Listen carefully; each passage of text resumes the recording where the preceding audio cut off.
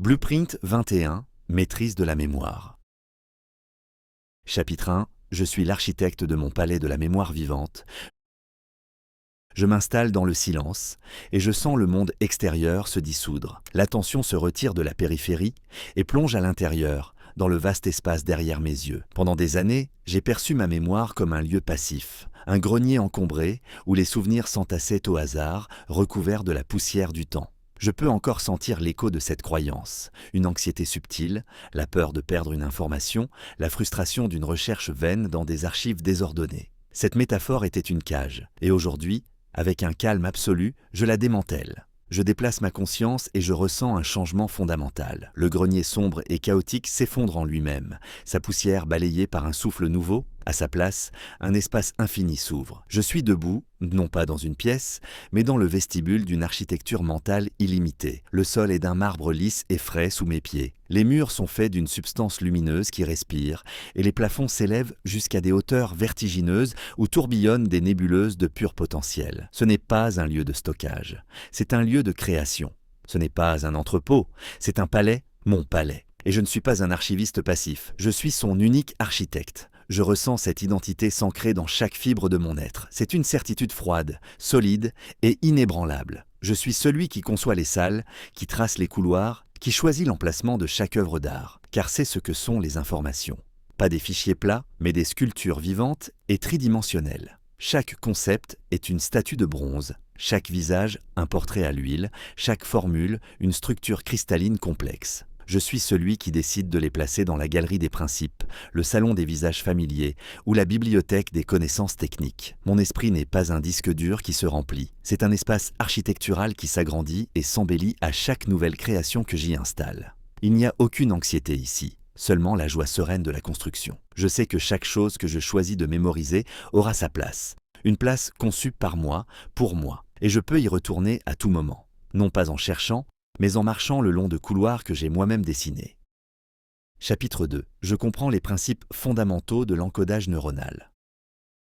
Je me tiens dans le grand hall de mon palais, conscient de mon pouvoir d'architecte. Mais un architecte, pour que ses créations durent, doit connaître intimement les matériaux avec lesquels il travaille. Je porte maintenant mon attention sur la substance même de ce lieu, sur la physique qui régit sa construction. Je ne me contente plus de vouloir construire. Je comprends comment la construction s'opère. Je zoome ma perception au niveau microscopique. Je vois les artisans de ce palais, mes neurones. Des milliards d'ouvriers de lumière attendant mes ordres. Je comprends que la création d'un souvenir n'est pas un acte magique, mais un processus physique. Lorsque je présente une nouvelle information, je vois mes artisans s'activer. Ils ne stockent pas l'information. Ils la tissent. Ils étendent des axones et des dendrites comme des échafaudages de lumière, cherchant à se connecter les uns aux autres. L'acte d'encoder une information est l'acte de créer une nouvelle connexion, de construire un nouveau pont dans cette architecture vivante. Je comprends que la solidité de ce pont dépend de la qualité de mes instructions. Un encodage faible et superficiel crée un pont de cordes fragile qui se dégradera avec le temps. Mais un encodage profond, riche en sens et en émotions, ordonne à mes artisans de construire un pont de pierre, solide et permanent. Je vois le processus de myélinisation comme l'application d'un mortier isolant autour de ce nouveau circuit, le rendant plus rapide, plus efficace, le protégeant de l'érosion. Je comprends que la répétition n'est pas une corvée, mais l'acte de faire passer et repasser mes artisans sur ce même pont, le renforçant à chaque passage jusqu'à ce qu'il devienne une autoroute neuronale indestructible. Je ne construis plus à l'aveugle. Je suis un architecte qui connaît la science des matériaux. Je sais quel type de plan et quelle méthode de construction crée des structures éternelles. Chapitre 3. Je cultive une attention focalisée comme clé de la rétention.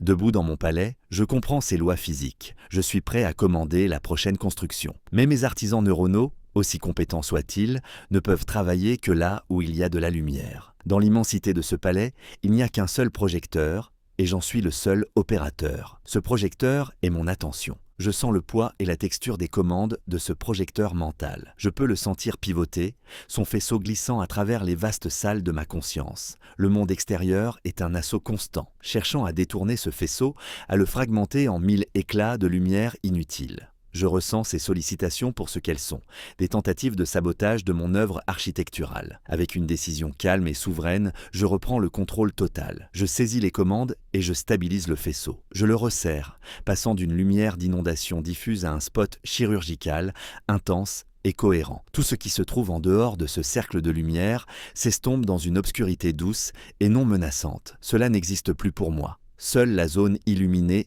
est réelle. C'est sur ce cercle de sol parfaitement éclairé que je vais ériger la prochaine sculpture. Aucune information ne peut entrer dans mon palais et y prendre une forme permanente si elle n'a pas d'abord été baignée dans la lumière pure et ininterrompue de mon attention focalisée. La qualité de mon attention détermine la qualité de l'encodage. Une attention distraite, vacillante, est comme essayer de sculpter sous une lumière stroboscopique. Le résultat est flou, incomplet, monstrueux. Une attention pleine, stable et profonde est la lumière du jour d'un maître sculpteur, révélant chaque détail, chaque texture, permettant un travail d'une finesse et d'une permanence absolue. Je cultive cette attention comme mon outil le plus précieux. Je suis le gardien de la porte d'entrée de mon palais, et cette porte est la lumière de mon focus. Je choisis ce que j'illumine, et ce que j'illumine, je le grave dans la pierre. Chapitre 4. Je transforme l'information abstraite en images viscérales et mémorables. Visualisation. Le projecteur de mon attention est fixé, la zone de construction est illuminée. Devant moi se trouve le matériau brut, l'information abstraite. Un mot, un chiffre, un concept. C'est une matière grise, informe et volatile. Tenter de la placer telle qu'elle dans mon palais serait comme essayer de sculpter du brouillard. Mon premier acte d'architecte magicien est la transmutation. Je transforme l'abstrait en concret, le conceptuel en sensoriel. Je prends un concept, par exemple la gravité. Je ne pense pas à la définition, je la ressens. Je visualise une enclume de dessin animée, noire et massive, tombant du ciel avec un sifflement strident pour s'écraser au sol dans un bruit assourdissant qui fait trembler le marbre de mon palais. Je prends une date, 1789. Je ne vois pas des chiffres, je vois un signe majestueux, forme du 7, avec un collier en forme de 8 en or, picorant furieusement une 9 têtes d'ail, dont l'odeur piquante emplit la pièce. Chaque information est passée à travers ce convertisseur VAKOG. Je la force à prendre une forme, un son, une texture, une odeur, un goût. Je ne me contente pas de voir l'image. Je la construis, je choisis sa taille. Est-elle gigantesque ou minuscule? Je lui donne une couleur. Est-elle d'un rouge criard ou d'un bleu glacial? Je lui injecte de l'action, du mouvement, de l'absurdité.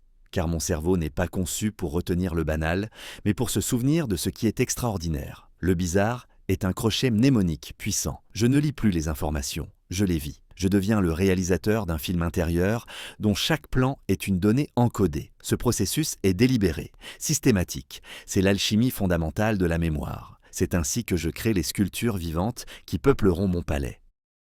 Chapitre 5. J'utilise l'association et la narration pour créer des liens indestructibles. Les sculptures se sont créées. Elles sont vives, absurdes, multisensorielles. Mais une collection de sculptures individuelles, aussi belles soient-elles, reste un chaos. Je suis un architecte, pas un collectionneur. Mon travail est maintenant de relier ces créations, de tisser entre elles des liens si forts qu'en toucher une, c'est sentir toutes les autres vibrer. Je suis un forgeron de connexion. Je prends deux de mes images sculptures. Je ne les place pas simplement l'une à côté de l'autre. Je les force à interagir de la manière la plus dynamique et la plus absurde possible. L'une doit agir sur l'autre. Si je dois lier l'enclume de la gravité au signe de 1789, je ne les pose pas côte à côte. Je visualise l'enclume tombant du ciel pour s'écraser non pas au sol, mais sur le dos du pauvre cygne, qui pousse un cri ridicule en explosant dans un nuage de plumes et d'ail. Le lien est créé, non pas par la logique, mais par l'action et l'impact sensoriel. Pour des séquences plus longues, je deviens un conteur. Je ne forge plus de simples maillons, je tisse une chaîne narrative. Je construis une histoire, une mini-épopée où chaque image sculpture est un personnage qui rencontre le suivant, lui passe le relais dans une scène mémorable, avant de disparaître pour laisser place au maillon suivant de l'histoire. Cette narration n'a pas besoin d'être logique au sens conventionnel. Sa seule logique est d'être inoubliable. Je construis des ponts de pure imagination entre mes créations. Ces ponts ne sont pas de froids connecteurs logiques, ce sont des rivières de lave, des arcs-en-ciel collants, des explosions en chaîne. En tirant sur le premier maillon de la chaîne, je sais que toute la séquence se déroulera sans effort, chaque image déclenchant la suivante dans une cascade inévitable. Chapitre 6. Je maîtrise la méthode des lieux, l'OSI, pour structurer mon palais. Mes sculptures se sont créées, liées par des chaînes narratives indestructibles. J'ai maintenant la matière première et les connexions.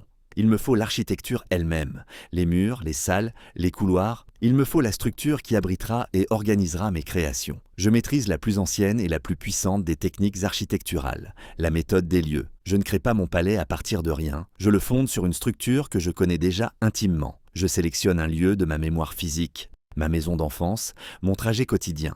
Le plan d'un musée. Je le choisis pour sa familiarité. Je ferme les yeux et je peux le parcourir sans effort. Je ressens la texture du tapis sous mes pieds, je vois la façon dont la lumière tombe à travers une fenêtre particulière, j'entends le grincement d'une porte spécifique. Ce lieu est mon plan directeur. Ensuite, je définis un trajet.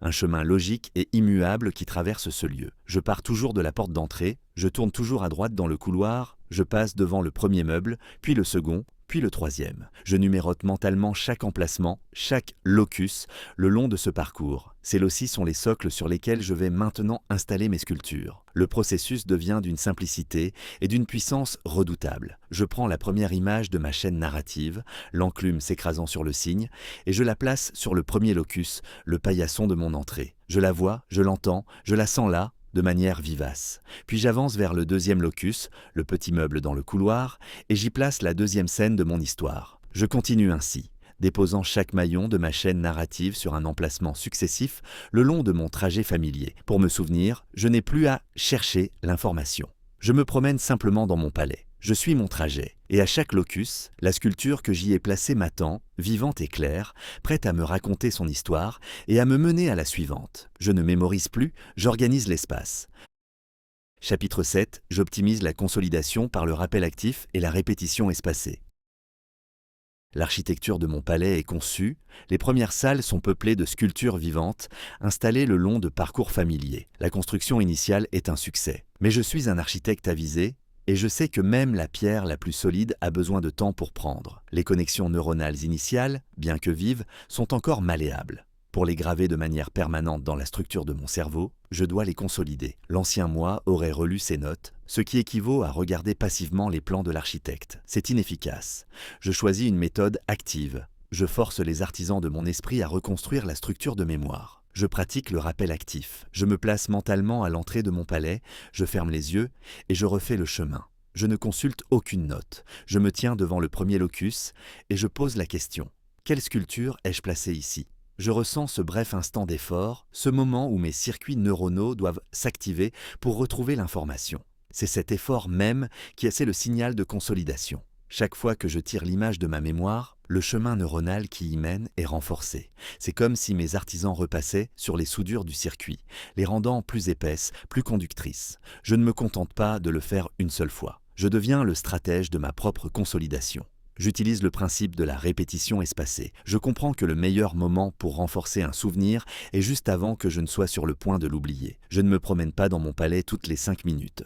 Je laisse passer un peu de temps, 1 heure, puis un jour, puis quelques jours, puis une semaine. Chaque intervalle est de plus en plus long. Chaque rappel, effectué juste au bon moment, grave la mémoire de plus en plus profondément. C'est un algorithme intelligent qui concentre l'effort là où il est le plus nécessaire, transformant les nouvelles ailes fragiles de mon palais en forteresses imprenables.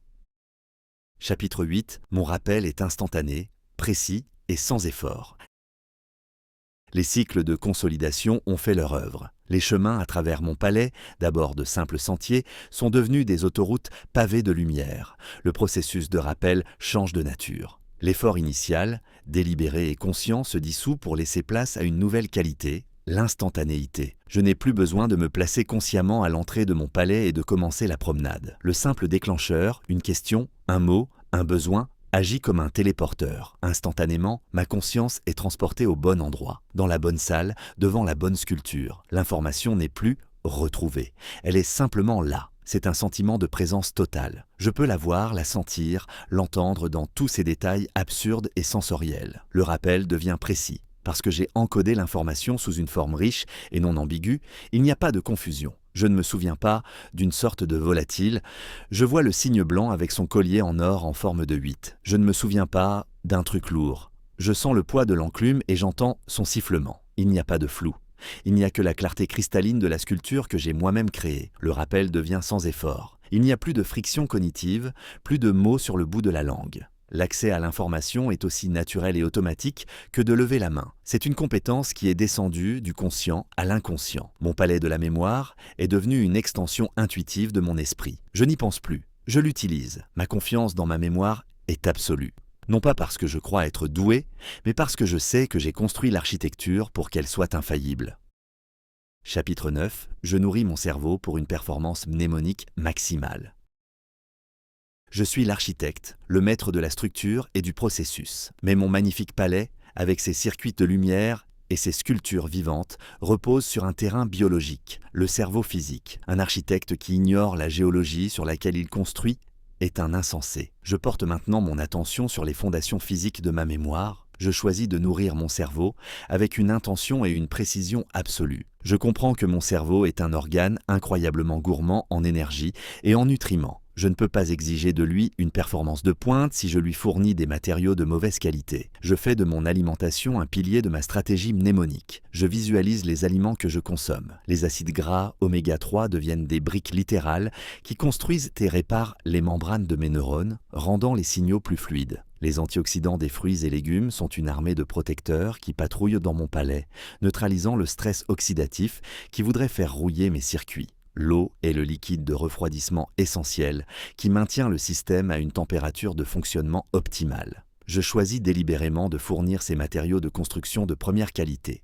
Je vois l'exercice physique non comme une corvée, mais comme le processus qui augmente le flux sanguin vers le cerveau, apportant plus d'oxygène et de nutriments à mes artisans neuronaux. Je ressens l'effet du BDNF, facteur neurotrophique dérivé du cerveau, libéré pendant l'effort, un engrais miracle qui stimule la croissance de nouveaux neurones et la création de nouvelles connexions. Je ne sépare plus mon régime de vie de ma performance cognitive. Ils sont une seule et même chose. Je suis un architecte holistique. Je prends soin du terrain autant que des plans. Je construis les conditions biologiques optimales pour que mon palais de la mémoire non seulement existe, mais prospère. Chapitre 10. Je gère mon sommeil et mon stress pour protéger ma mémoire. J'ai optimisé les matériaux de construction de mon cerveau. Je dois maintenant en protéger le chantier. Je reconnais deux forces capables de saboter la plus belle des architectures mnémoniques, le stress chronique et le manque de sommeil. Je les vois non comme des désagréments, mais comme des agents corrosifs, des forces destructrices que je dois maîtriser avec une vigilance absolue. Je perçois le cortisol, l'hormone du stress chronique, comme un acide subtil qui s'infiltre dans mon palais. Je le vois s'attaquer aux zones les plus cruciales, notamment l'hippocampe, le grand hall d'entrée où les nouveaux souvenirs sont formés. Il ronge les connexions, empêche la formation de nouveaux circuits et rend l'accès aux anciennes salles difficile. Je ne peux pas construire dans un environnement baigné d'acide. Je prends donc la décision souveraine de gérer cet environnement. Je mets en place des protocoles de décompression, la méditation, la respiration profonde, le temps passé dans la nature. Je visualise ces pratiques comme des systèmes de neutralisation, des douches alcalines qui lavent mon cerveau du cortisol, restaurant un pH neurologique propice à la construction. Je considère mon sommeil comme le service de maintenance et d'archivage nocturne de mon palais. Ce n'est pas du temps perdu, c'est le moment le plus productif pour la consolidation à long terme. Je ressens les différentes phases du sommeil comme des équipes spécialisées. Le sommeil profond est l'équipe de nettoyage, qui élimine les débris métaboliques. Le sommeil paradoxal est l'équipe des archivistes, qui rejoue les expériences de la journée, transférant les sculptures de l'atelier de l'hippocampe vers les galeries permanentes du néocortex, renforçant les liens et élaguant le superflu. Protéger mon sommeil devient une priorité non négociable. Je crée un sanctuaire pour le repos, une routine qui signale à mon corps et à mon esprit qu'il est temps de laisser les équipes de nuit prendre le relais. Je suis le gardien vigilant de mon état intérieur, assurant que mon palais est un lieu de calme, de réparation et de croissance. Chapitre 11. Ma mémoire est phénoménale, fiable et en croissance continue. Je me tiens dans le grand hall de mon palais. Il n'est plus un concept, mais une réalité vivante et vibrante. Les couloirs s'étendent à perte de vue, des salles entières dédiées à des sujets que j'ai maîtrisés, leurs murs ornés de sculptures narratives lumineuses. Le silence est profond, mais c'est un silence plein de potentiel. Je ne ressens plus la moindre anxiété concernant ma mémoire. Je ressens une certitude calme et absolue. Ma mémoire est phénoménale, non pas par un don inné, mais par une conception délibérée. J'ai construit un système qui transcende les limites de la mémoire biologique brute. J'ai transformé une fonction cognitive en un art architectural. La capacité de mon palais est, pour tout besoin pratique, infinie. Chaque jour, je peux y ajouter une nouvelle aile, une nouvelle galerie, sans jamais craindre de manquer d'espace. Ma mémoire est fiable. parce que chaque élément est encodé avec une richesse sensorielle, associée à d'autres et placé dans un lieu précis. Le rappel n'est plus un jeu de hasard. C'est un acte de navigation dans un espace que je connais mieux que ma propre main. Je sais que si j'ai construit le souvenir correctement, il sera là, intact et accessible, quand j'en aurai besoin. Ma confiance n'est pas de l'arrogance, c'est la foi justifiée d'un ingénieur dans sa propre création. Ma mémoire est en croissance continue. Le palais n'est pas un monument statique, c'est un organisme vivant. Chaque nouvelle connaissance ne fait pas que s'ajouter aux autres. Elle renforce la structure globale, crée de nouvelles perspectives, de nouveaux raccourcis entre des salles autrefois éloignées. Plus j'apprends, plus il devient facile d'apprendre. C'est un système qui se nourrit de lui-même, un cycle vertueux de construction et de renforcement. Je suis l'architecte de cet univers intérieur. Ma mémoire n'est pas ce que j'ai, c'est ce que je fais, c'est ce que je suis. Un créateur d'ordre, de beauté et de connaissances dans le vaste espace de mon esprit.